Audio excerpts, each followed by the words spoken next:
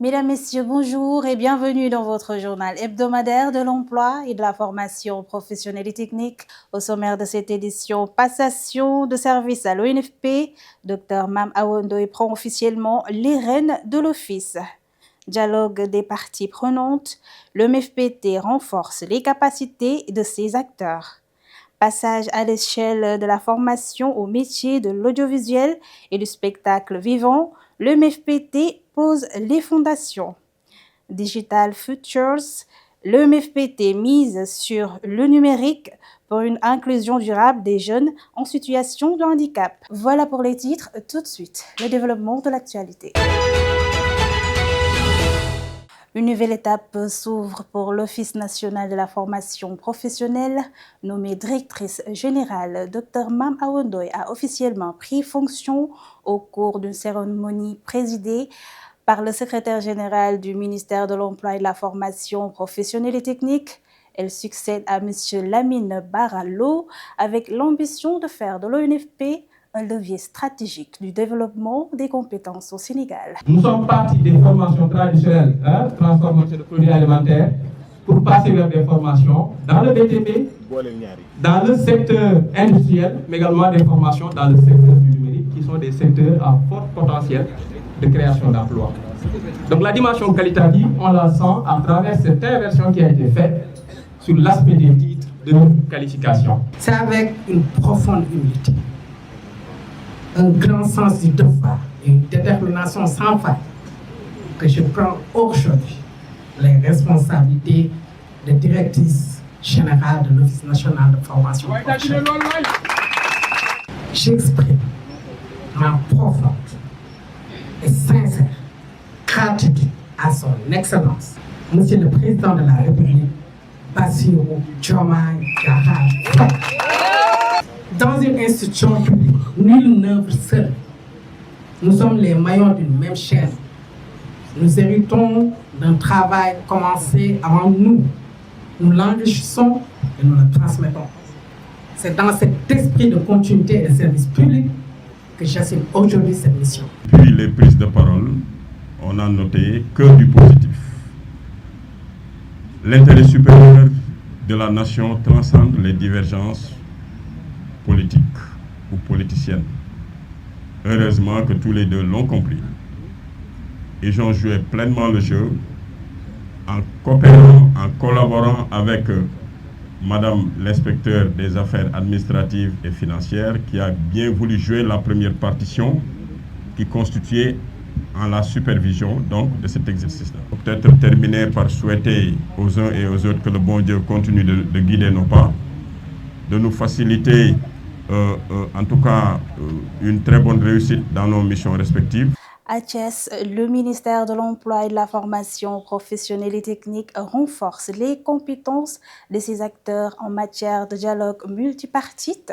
Pendant 4 jours, les participants ont été formés aux techniques de concertation, de négociation et de facilitation avec l'appui de la GIZ à travers le programme Invest for Jobs. À Thiès, le dialogue et la concertation se positionnent comme des leviers essentiels pour renforcer la performance de la formation professionnelle et technique et mieux répondre aux besoins du monde du travail. Présidé par M. Mamadou Gueye, directeur général de la formation professionnelle et technique, l'atelier a été organisé par la direction des curricula et des innovations pédagogiques avec l'appui de la GIZ. Pendant 4 jours, les acteurs du secteur ont renforcé leur capacité en dialogue multipartite, en négociation et en facilitation multi-acteurs. À travers cette initiative, le ministère de l'Emploi et de la formation professionnelle et technique entend consolider une véritable culture de partenariat et de la co-construction des politiques et programmes de formation. Une démarche qui vise également à rapprocher davantage les compétences développées dans les établissements de formation des exigences du marché du travail. À Thiès, le message est clair.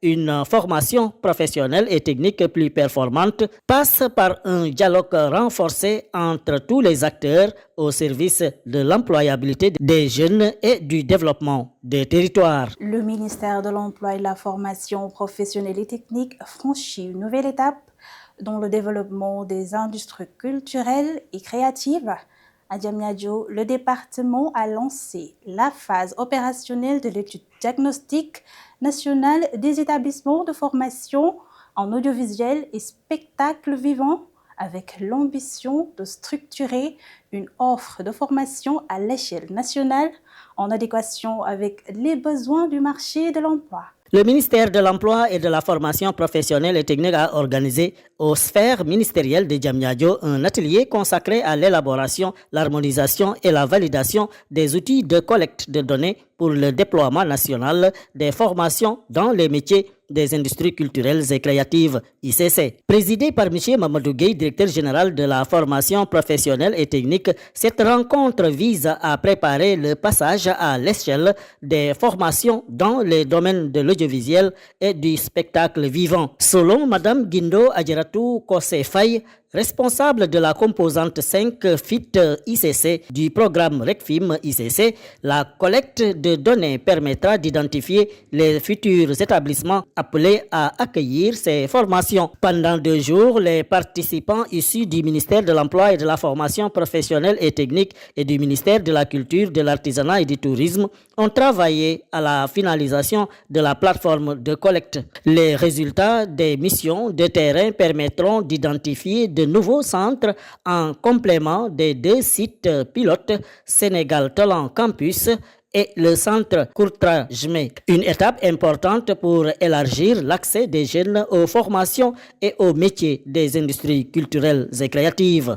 Faire du numérique un véritable levier d'inclusion et d'accès à l'emploi pour les personnes en situation de handicap, c'est l'ambition du programme Digital Futures porté par Sightsavers avec l'appui de la Fondation Mastercard et de plusieurs partenaires. Le MFPT, à travers la direction de l'insertion, a pris part à cet atelier de partage présidé par le directeur de cabinet, M. Amadou Bey Ndiaye. Suivons ce reportage signé Ndeye Diouf. Accélérer l'inclusion des personnes en situation de handicap dans l'économie numérique, c'est l'objectif du programme Digital Future qui réunit acteurs publics, partenaires techniques et organisations spécialisées.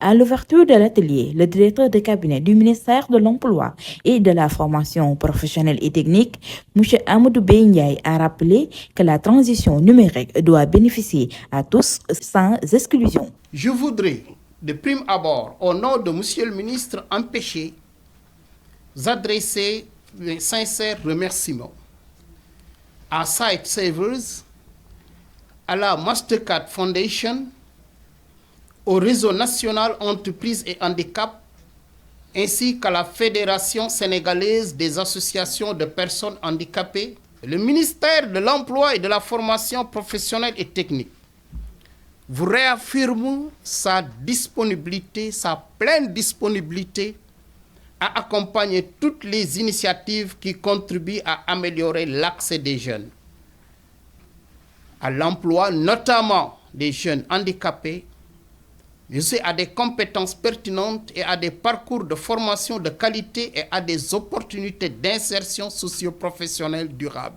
Notre engagement et de faire en sorte que les dispositifs de formation professionnelle et technique, Monsieur le directeur, soient davantage accessibles, adaptés et inclusifs. Le programme Digital Futures puisse constituer un modèle de partenariat et d'action collective en faveur de l'inclusion économique des personnes handicapées au Sénégal.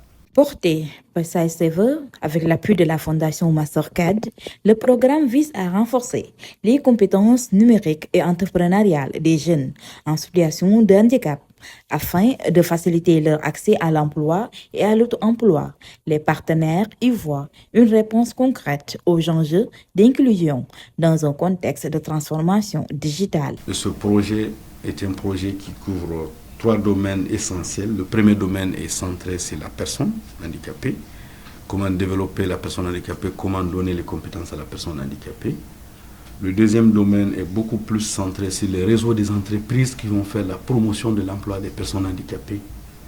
Et le troisième domaine, c'est centré sur le plaidoyer, comment nous allons aider à transformer des politiques inclusives en faveur des personnes handicapées. C'est une initiative quand même qui est très très ambitieuse, qui est alignée avec la stratégie Young Africa Works de la Mastercard Foundation, qui est une stratégie globale d'inclusion des personnes handicapées. Ce programme ambitieux vise surtout à donner la chance aux jeunes personnes en situation de handicap d'avoir des compétences en numérique, en informatique et en entrepreneuriat. Les organisations des personnes handicapées saluent cette approche participative qui intègre directement les bénéficiaires dans les politiques d'insertion. Elles appellent à renforcer ces initiatives pour élargir l'accès aux opportunités numériques. Digital Future constitue pour nous un avenir meilleur, un avenir prometteur, en ce sens que la démocratisation de l'accès aux services de façon générale, mais particulièrement de l'autonomisation des personnes handicapées, passe nécessairement par une maîtrise de l'outil numérique. Ainsi, ce programme, à l'image de We Can Work, vient redonner un espoir aux jeunes personnes handicapées. Et le lead de ce programme, je veux parler de Site Savers, n'est pas méconnu dans le landerneau socio-économique du Sénégal. Et en particulier, sa collaboration franche et intelligente, basée sur un faire-faire, ne saurait être imbibée de quelque tâche que ce soit. L'MFPT inscrit ainsi l'inclusion numérique au cœur de sa stratégie d'insertion socio-professionnelle en lien avec les enjeux d'emploi des jeunes au Sénégal. Ainsi s'achève cette édition. Merci de nous avoir suivis. Un grand merci à l'équipe de la rédaction. Au revoir pour une nouvelle édition.